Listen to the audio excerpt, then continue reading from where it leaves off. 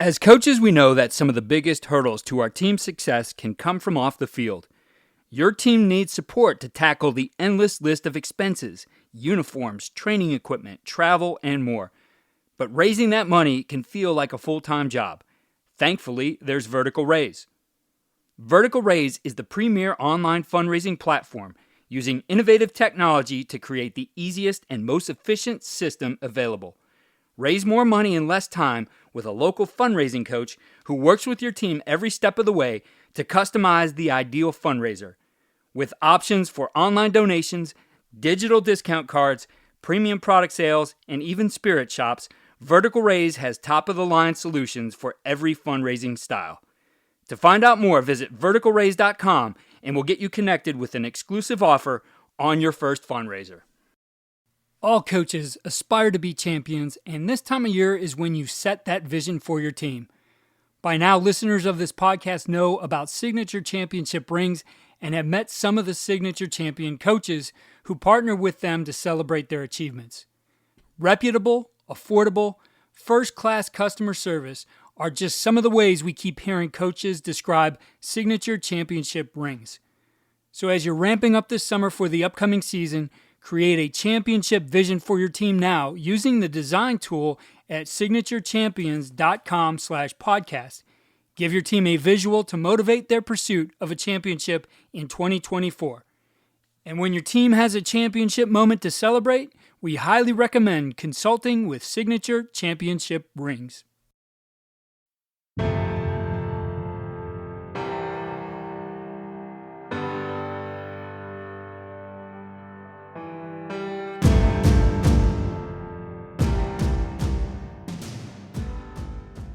Well, we can get to the same landmarks, but why would we present it the same all the time? My kid's worked it since day 2 of camp. Every semester he's been here. Let's find ways, whether it's through motion, splits, whatever it is, inverting the concept, to get to those same landmarks and defeat the coverage, but not give that corner that same stimulus he's got and rep hundreds and hundreds of times. Today's Coaching Coordinator podcast, presented by Vertical Raise, is with Karson Pike, the offensive coordinator at Bemidji State. He shares his insight on creating offensive plays that challenge a defense, disrupting defenses with varying tempos, and prioritizing player development within the offensive system. Coach Pike advocates for a player-centric approach, emphasizing the importance of adapting strategies to player strengths and fostering a successful team environment. We cover his innovative coaching philosophy centered on empowering players for collective success. Be sure to learn more about our partner, Vertical Raise, and how they can make fundraising for your program easier and more profitable than what you've done in the past. The link with a special offer is in the show notes. Stay tuned for our Winning Edge takeaways following the episode. I've always been interested in the use of technology to make our jobs more effective, so I'm excited to continue sharing modern football technology with you here on the podcast. This innovative system leverages tendencies to improve self-scouting, game planning, and in-game decision-making at the speed of the game. Modern football stands out because it's a battle-tested platform used by teams at all levels, like 4-time national champion Bishop Gorman, the 5-time California State champion Folsom Bulldogs, 6-time Texas State champion Lake Travis, Cal football, and the CFL's Grey Cup champions, the Montreal Alouettes. So book a demo today to see why these teams trust modern football technology. Visit www.teammofo.com/demo and mention Coach and Coordinator Podcast or use the coupon code CC10 to receive 10% off your first year. Today on the Coach and Coordinator Podcast, we're going to talk about offense and dig into quite a few things that I think the philosophy and the approach that Coach here today is using. One, it fits very well with the things that I like and I did, but some very sound things and ideas he's going to share that can help you here this season. And our guest is Karson Pike. He's the offensive coordinator at Bemidji State, and we're excited to have you here, Carson. Appreciate it. Excited to be on. So a little background of just how I learned about Carson is, if you guys remember, listeners, at the beginning of the year, we had Caleb Coral on. Caleb's done an outstanding job at the D3 level, and that earned him an opportunity at the FCS level, and he is now at St. Thomas, and mentioned to me that he had just clinic and spent some time talking with Carson and that I needed to talk to him. So immediately, I think I reached out to you and said, "Hey, we'd love to have you on the podcast." And you and I have actually spent quite a bit of time before we hit the record button here, and definitely see a lot of similarities between what you and Caleb do and how you think about the game. So I'm excited to dig into some of these, but would like to a little bit more about your background and what brought you to the point you are today. And I know you mentioned one key thing that's happened to you along your journey is that you went to the other side of the ball, flip side, and learned a lot there that has benefited you here. So would love to hear, I guess, in a nutshell, the background of Karson Pike that brought you to this point where you are today as the offensive coordinator at Bemidji. Yeah, in 2010, I was able to get a GA job here at Bemidji State, working for our head coach, who was the defensive coordinator at the time, and played quarterback in college at the JUCO level, and then coached there a couple of years, but flipped sides and got to coach the cornerbacks, which I think is, as I look back, one of the most influential components to my career is just getting on the other side of the ball and learning their thought process, how they look at it, rules, whatever. As I got into my career and was able to call plays, really think about things from both sides and maybe view it a little bit differently than some have. After I GA'd, I'll give a lot of credit to Scott Strohmeyer, the head coach at Iowa Western. I spent 4 years down there, and offensively, just an enormous amount from him. We were up tempo in those early stages, and his thoughts on pass game and how to attack things as well, really influential, and still running plays that we ran down there pretty successfully. So he's been a big one in my career, and then just getting out and reaching out with coaches and getting chances like down at St. Thomas to really go back and forth with guys and kind of tinker and mess with things. And then I think another big advantage is having been here 6 years as a coordinator now, getting to run your system at one place for 6 years, and that your kids have a base learning of or understanding of everything you're doing. And so then you're able to tweak it a little bit and see if you like it or pull back. But yeah, that's kind of been some guys in my career. The whole Strohmeyer family's been big for me, and been fortunate to be around a lot of good guys as well. I mean, Ryan Olson at South Dakota State, we kind of formulated this offense when I first got here at Bemidji. And those guys have been invaluable to me. I know one of the things you told me that really influenced the way you've developed this offense is taking a look at what's happening on the other side of the field in practice, and especially at the beginning here. And what are they working? What are the things that they are wanting to get really good at? Those common concepts. You mentioned smash or the hitch in the corner, or curl flat, the things that essentially everybody does, that in order to defeat people who get very good at those techniques, because what they're doing from day one is you have to look for unique ways to put your package together. Yeah, I agree. I forget exactly when it was, but kind of had that epiphany looking over during practice one day, and DBs in practice too are running, here's how we play smash, and it's just traditional smash. And here's how we play curl flat, traditional curl flat. And kind of had the thought process after that and thinking about it like, well, we can get to the same landmarks, but why would we present it the same all the time? That kid's worked it since day 2 of camp. Every semester he's been here. Let's find ways, whether it's through motion, splits, whatever it is, inverting the concept, to get to those same landmarks and defeat the coverage, but not give that corner that same stimulus he's got and rep hundreds and hundreds of times. And I think that was a big one for us, and that led us to a lot of reduced splits and short motions and stacks and different things, inverting, like I said, to get to those spots. And we can read it the same, and the teaching's really the same for the quarterback, but hoping and counting on that, it's going to be pretty unfamiliar for those DBs on when to pass things off if we switch routes at different points in time, or how we can do it later farther down the field if they're allowing us that with soft coverage, things like that I think in some ways using their rules against them, which is kind of that idea of stepping on the other side of the ball and getting back. Like, how can we put that kid in conflict to things that he's been coached for semesters and years? Yeah, you do some things that become difficult, the things that cause defense to check to it. And I've always found that whatever that might be, whether it's formation into the boundary or bunch, if you're able to weave all these things together so that they can't zero in on, well, man, they're just going to come out and run bunch, and here's going to be the 3 or 4 things we're going to do, is you can in your game planning, and you see it, you start to get some standard checks. And even if maybe they mix things up for your game, they're still not putting in a lot of things against it. You could say, okay, here's how they're playing it. They're not playing it the same way. It allows you really to hone in as the play caller on, all right, here's what they're doing. Here's how we need to continue to stress and take advantage of this defense.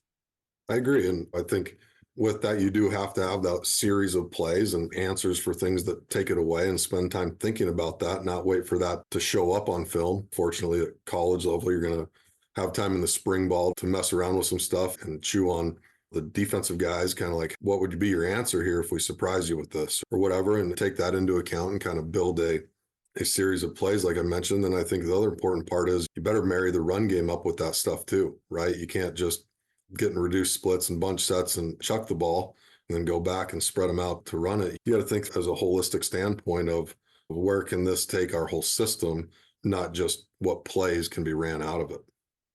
When you're looking again at weaving the different components of your offense together, let's start with tempo. You're able to vary your tempo. You call it a herky-jerky type of tempo, that it's not just always fast or not just always slow. And some of that is because of the way you layer things in, like motions and shifts and those types of things that do affect tempo. We'd love to hear your philosophy behind that and the way that you approach that as you're putting together an offense. Yeah, so I think, I regrettingly think this took me maybe longer than I wished it would have to figure it out, but view it kind of in a basketball analogy, right? If you're going to get a team that's going to press the ball the whole game and then run out every time they get a rebound, your team can kind of settle into that. And I don't think that's any different than football, right? If it's a consistent snap point every down and distance, the defense will settle in. That doesn't, whether you're huddling and snapping it with 1 second left on the clock or you're trying to get it off every 12 seconds, they still get rhythmic about it as well. And so really in the last couple of years is where we've tried to be more herky-jerky. Now we still want to play fast and we'll have some one words. Then we're going to play. Our kids don't know this any different. They don't really know. It's not like we say, hey, we got 3 tempos. It's like, is there emotion on it? Is it a one-word play? Are we just going to line up and run it at our base, I guess you would call it, tempo? Doing some check with me stuff or run checks gives them a different cadence. And then we can do some major shifts that I think really slow us down and are great and completely change the picture for the defense. But as we started doing that more and more in spring ball and fall camp and talking with our guys, like, hey man, it's a lot harder on us when we don't know exactly, right? We feel good when against the huddle team. We feel good against the straight fast team because our guys just get rhythmic. But when we don't know, and change of strength might happen and a wholesale shift might happen, plus the reduced splits and the formation stuff we can do. I think that helps hide things, that helps create an unease in the defensive players. And then obviously you got to use your multiple cadences too to try to create advantages there or free plays. But yeah, being able to pare it all back and build a holistic system, I think is important to success, and being herky-jerky and kind of like a pitcher, fastball, changeup, curveball, right? Give them different ideas of what's going to happen on the play. Yeah, I've always felt that, and we would use the tempo. I mean, was something that wasn't just game day or practice with our calls. Like, we would think about how do we, like you would with a series, create a sequence with different tempos that will affect the defense. How do you have a counter to a tempo? Whether that's as simple as we've been going fast, fast, fast, and how we freeze it and end up with a shot play, or running same play, and being able to do something at tempo where you lined up again in the same way and all of a sudden it's something different. And guys are open wide down the field because you just trained them on the last 3 plays to run fit and lined up the same way. And they think, here it comes again, and touchdown. So it is something that I think you can game plan or strategize how you're using that either before the game or over the course of the game as you're getting ready for the next series. Absolutely. And within that series, whether you script it or have an idea or however you're attacking it, you got to change up your philosophies there too. Most teams are going to take shots. We cross the 50 or a big play cross the 50. Well, I got to pull back at times too and say, well, maybe not, right? Maybe we need to go to the base RPO or give them a whole shift, change motion and change the strength. But defenses got really good at layering calls. So when you're playing those tempo teams, they can call in a base call that has 3 or 4 different components to it and line up according to your formation. When you're not changing that formation, you're just allowing yourself or allowing those defensive players to dial in on your tendencies. And so changing that stuff and creating communications, during the cadence or even shortly before, I think are as big of an advantage as ever. I think looking at some of the other things that you do, would love to hear a little bit about, I think 3 things here that all intertwine. When you look at it, for some teams, play action and quick game have been replaced by the RPO. But I see a lot of teams now who maybe went that direction or maybe didn't at all, that RPO, quick game, and play action are all essential components of an offense. And I know that's something that fits into the way you do things. Yeah, and we've wholesaled into RPOs early on here and always carried a little bit of quick game. I think in general, quick game is tougher for most of us than not, just because it feels like there's only so many things you could do, right? You have to get creative to find new ways. But yeah, as we got through it, I'm like, there's sometimes I just want to know my guy's throwing double slants on 3rd and 4.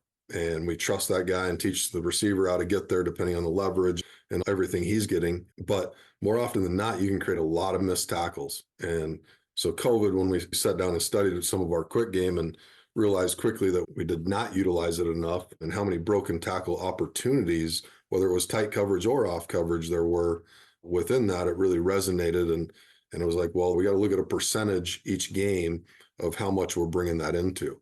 And then what I never probably strayed too far away from was the play actions. I think it gets a little scary for us as a play caller at times to be in some light play actions, but designing some stuff that covers up or protects your base runs. And even if that's pulling guys on counter, we run GY counter a lot, and we have a counter play action where we're still pulling the guard or the center, depending on the front, and we're sending that Y across, and it looks pretty realistic. And there's, to be honest, not much of even pocket. It's more of just a mass of humanity in there.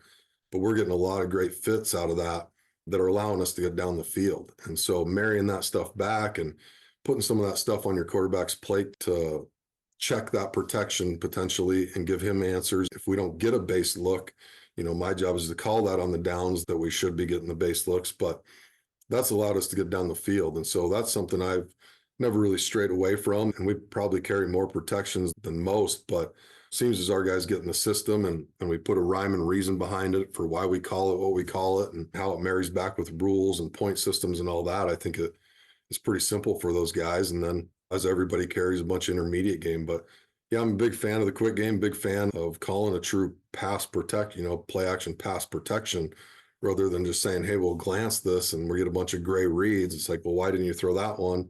Throws the next. You're like, why did you throw that one? But it was the same dang read for the kid on the field, where now we can clear that picture up and take our shots really when we want to take them. That's not to say we don't use glance or anything bad there. There's certainly time and place, but it's also nice to know the ball's going down the field when you want it to go down the field. Hey, it's Kaylee Cuoco for Priceline. Ready to go to your happy place for a happy price? Well, why didn't you say so? Just download the Priceline app right now and save up to 60% on hotels. So whether it's Cousin Kevin's Kazoo Concert in Kansas City, go Kevin, or Becky's Bachelorette Bash in Bermuda, you never have to miss a trip ever again. So download the Priceline app today. Your savings are waiting. Go to your happy place for a happy price. Go to your happy price, Priceline.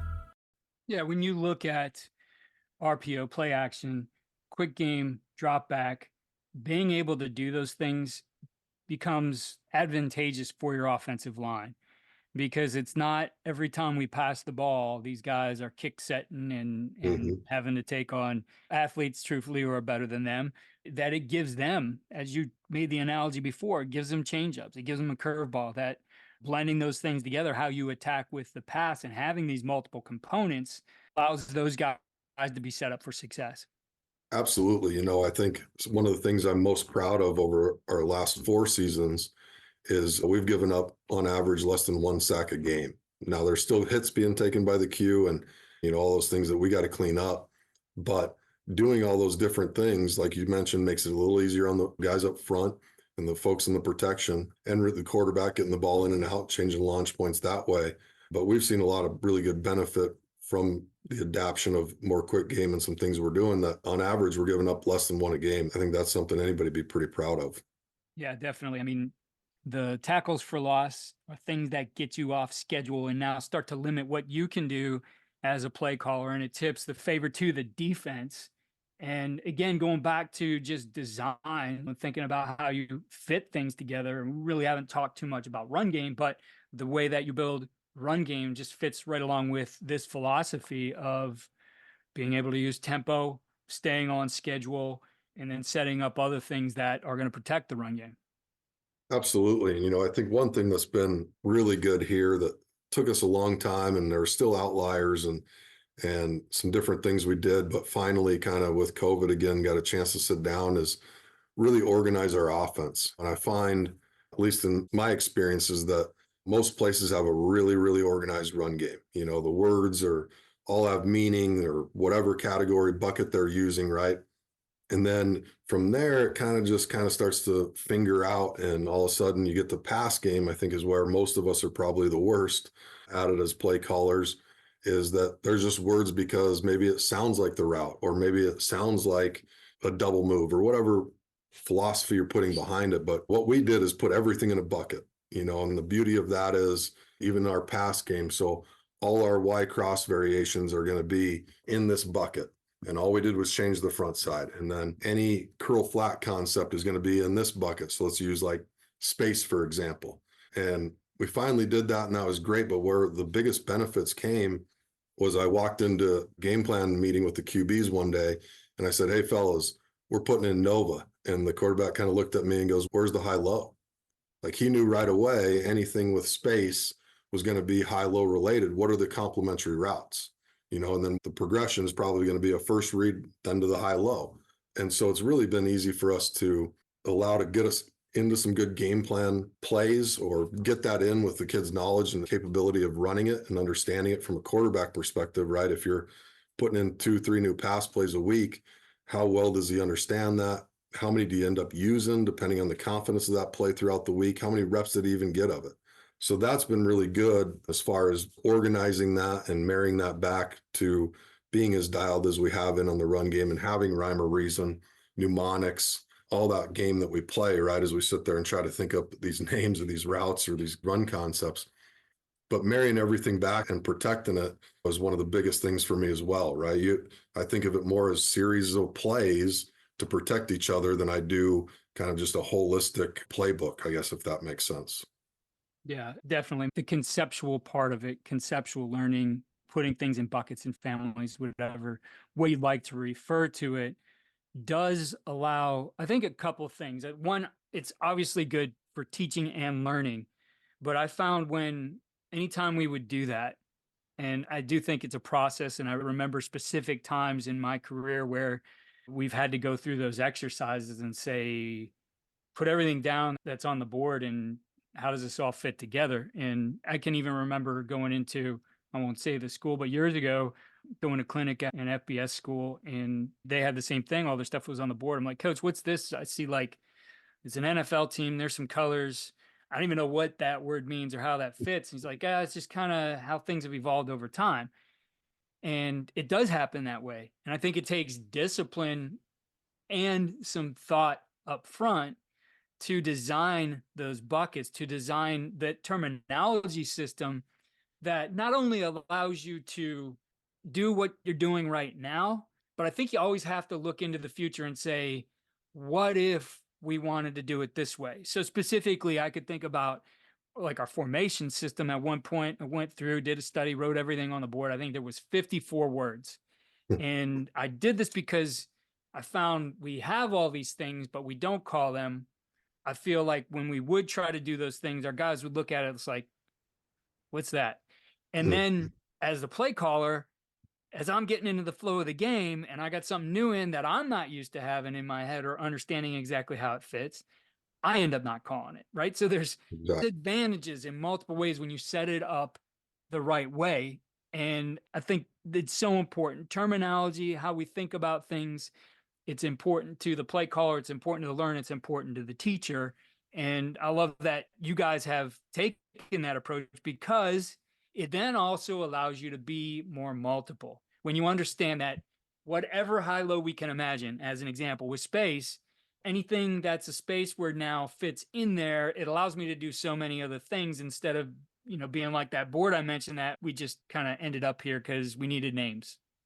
Exactly. And even to your point, or to further the point, I think some of this can't happen when I came here, but you can get caught up with, well, the kids are already familiar with some of this stuff, right? Well, if you've sat down and really built a system, okay, not just a playbook, but a system, the kids will learn it. And then it's going to be more advantageous in the future, like you say. But I know a lot of us, I know a lot of friends, people, whatever, are caught up in new jobs and like, well, the kids already know the formations as this, let's just keep it. But do you know it that well? And especially at the point you need to, right? Most of us would probably get a spring ball to go through it and familiarize ourselves. So the kids didn't have to learn as much. When you're looking at a holistic system versus like techniques or calls within a system, right? Like maybe the O-line calls up front can get adjusted a little bit throughout that system. That's going to be easier for the kids or easier for the coach to do rather than wholesale its system. And when you walk in somewhere, I think you want to put in your system and have confidence in that because the benefits in the future vastly outweigh the short term. Yeah, essentially inherited the offense when I was at BW when the offensive coordinator left. And that was kind of the initially like the mandate was, well, we don't want everybody learning everything new again. But then as I went through, it makes sense in a way. You say, well, I go from having, however many freshmen we bring in to now everybody's a freshman because they're all learning. And I used to kind of subscribe to that thought. It's easier for one guy to learn than everybody. But I think what you really need to evaluate, because maybe the system is set up very well and that would make sense. But is it set up well for us now and to continue to learn? Am I optimized for learning? And that was the answer was that. And it took me going to the head coach and saying, I think we'd be better if we utilize this approach. And here's why. Again, it's all about how you do it, right? We could look at the what in everybody's playbooks and go pull pages out of everything and throw it together. That doesn't make a system because the system also includes the terminology, which will be the thought process for the players on the field. Like you said, your quarterback coming in the room after you said, hey, this is Nova, where's the high-low? He just knew because now by design, things are going to fit into certain buckets. So again, a strategy I recommend, if you haven't done it, do those exercises. Maybe it's a little bit late right now for you as you're listening to us heading into the season, but at the very least, find out how you can optimize your teaching. One other point I'd like to hit on, and I think you started talking about at the beginning, how you want to put something together that is different. And different not just because I want to be unique, I want to be different, that it's different because it's going to be tough to defend because everybody's used to what is that first page of install for the defense? What's it lined up against? Well, maybe we shouldn't line up against it or in that all the time, right? So thinking about those things, and we've seen that progression. If you remember, like defensive playbooks used to be drawn up against Pro I. Now you see most of them starting with 2x2, right? So thinking of that, a couple things, the advantages in being unique, but I think the other thing too is you mentioned hearing Andy Kotelnicki say that giving defenders different stimulus to defend. I think that's huge. And I think with your approach and the way that you put things in buckets and you can expand and contract with your formations and go formation in the boundary and shifts and motions, is that the defense has to get used to playing you different ways. They can't line up, for example, against a 10 personnel team. They're lining in a 5 and Enzo lining in a 5 and doing the same thing every time because he's not getting blocked from the outside, right? Mm-hmm. Maybe somebody will pull, but now you've limited how much he needs to prepare for as instead of in terms of thinking of how do we continuously change what this guy has to think about, look at, and do. Yeah, like you mentioned, Andy, we got a chance to meet with him and really brought that into my eyes and kind of gave me some clear vision on the whole idea of stimulus to individual defenders and how many can we give through both run and pass. How are you picking on that will backer, right? Most of the time, the will backer, at least for us, that's the guy that's going to stay in the box in 3x110. We're running at him a lot. Well, how else can we attack him? We can attack him with option routes in the pass game. We can crack him with a receiver. We can read him, go in the other direction with the run. But trying to create that where he's got to play slow. And we all do that, or most everybody does that with like an end read, right? Are you bypassing him? Are you bringing back the fullback to split zone him? Are you just going to straight up read him? But those are 3 different stimuluses he's got to be ready for. And utilizing that even on interior is something that we're going to try to dabble with a little bit, is trying to get some midline stuff and being unique. Again, trying to pair different concepts that maybe not everybody's doing. I'm sure, I know Chip Kelly midline pin pull. I think that's going to be a good one for us. but kind of diving down different rabbit holes. Well, if it works with pin pull, could you do it with other things? And how could we do this to best fit our roster? We graduated a quarterback who was a really good thrower. Wasn't much his good runner, but that wasn't his deal. And now we got a kid coming in that can run the ball a little more. Like, how do we best cater to his suit within our system? And I think you continue to build that and evolve to who you have on your roster. But back to your original point, trying to give that guy as much to think about throughout a game. And if you can pick 3 to 4 of those defenders a game, obviously you're going to have some in pass game naturally that you're reading, right? And putting in conflict through your route tree and your progressions or your concepts. But incorporating that on both sides, run and pass, and then giving 3 or 4 of those defenders a lot to think about through a Saturday afternoon and go talk about on the sideline is just going to make him play slow. It's going to make him second guess himself, right? He's going to be looking all over the field as opposed to probably where his keys are and start guessing a little bit. And I think that's a huge advantage when you can boil down a 11-on-11 game into really, really getting 3 to 4 guys to play it inconsistent or however you want to view it slow is just an advantage for our 11, in my opinion. Just to wrap things up, we've been talking a lot about the technical and tactical side of things. But ultimately, when you boil this down in the reason you're doing all these things, the things that you do, you just talked about how you got to evolve around the personnel you have. I mean, it is about the kids. We can get lost sometimes as coaches in putting together all this stuff and how this all works together. And it's fun. It is fun to put things together and understand all the different things that you can do and be able to draw anything up on the board and say, here's what we would call it. But ultimately, you do these things because it's about the people. You want to set your players up to win. And at the heart of it is always people. Absolutely. Some of probably the top 15 best plays I've ever drawn up are in the trash can because it looked great that week or that spring ball, whatever, but we never hit it. Well, if we're never hitting it, what are we doing? We're wasting reps. And so we have a pretty thick playbook, but the whole goal of spring ball for me is to get our 5 base runs in and get a ton of reps of it.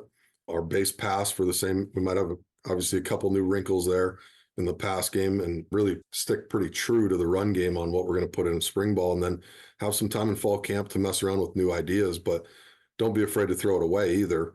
And then as we get through fall ball, really starting to boil some of that stuff down. Who are we? What's our top 4 personnels? What can those personnel groups handle and do successfully within the scheme that we're asking them to do? And really refine from there and then start to build off of protecting your plays with different concepts, whether it's run or pass, that you're going to end up being. But it is all about the kids on the field. You know, we're fortunate we get to recruit our guys. And so we know kind of who we're getting and what we're getting from those kids and try to fit them in the system. But if you looked at our slot receiver group, you know, there's 5 kids that can play for us this year easily. And all 5 do things a little bit differently and have a little bit different higher end in some places and others. And that's my job as they rotate in to put the right play calls in for that particular athlete, because that's ultimately what they're going to feel most comfortable with and be the most successful with. But it is 100% about the guys on the field and allowing them to play fast mentally. Coach, I really enjoyed the time we talked here, both before we hit record and then after. I love all of the ideas that you've shared and certainly would love to have you back again sometime, but best of luck to you in Bemidji State here in 2024. I really appreciate it. It's a great time. Here are winning edge takeaways and ideas for implementation. 1. Adapt and customize the personnel. Like Coach Pike, you should focus on adapting your strategies to the unique strengths and skills of your players. It's essential to tailor play calls and the game plans to fit specific abilities of each player, allowing them to perform at their best and feel comfortable on the field. As Coach Pike emphasized, understanding what each player does best and designing plays around those strengths is crucial. 2. Be innovative with your play design and presentation. Present traditional concepts in unique ways to challenge defenses. By using different formations, motions, splits, and inverted concepts, you can prevent defenders from recognizing and anticipating plays that they have practiced against repeatedly. This approach leverages defensive rules against them and creates confusion, leading to more effective execution of plays. And 3, think about conceptual learning and your system design. Implement a conceptual learning approach by organizing your plays into buckets or families. This method simplifies the learning process for your players, especially quarterbacks, and ensures a better understanding of the overall system. By grouping similar plays and maintaining consistent terminology, players can quickly grasp new concepts and execute them effectively. This approach allows for easier adjustments and the introduction of new plays while maintaining a coherent and efficient offensive system. Be sure to visit coachandcoordinator.com and check out the 10% Toolkit, which highlights our partners and some of the offers they have to you as a listener. The link to that is in the show notes. Follow all we're doing at coachandcoordinator.com and follow us on X at Coach K. Grabowski.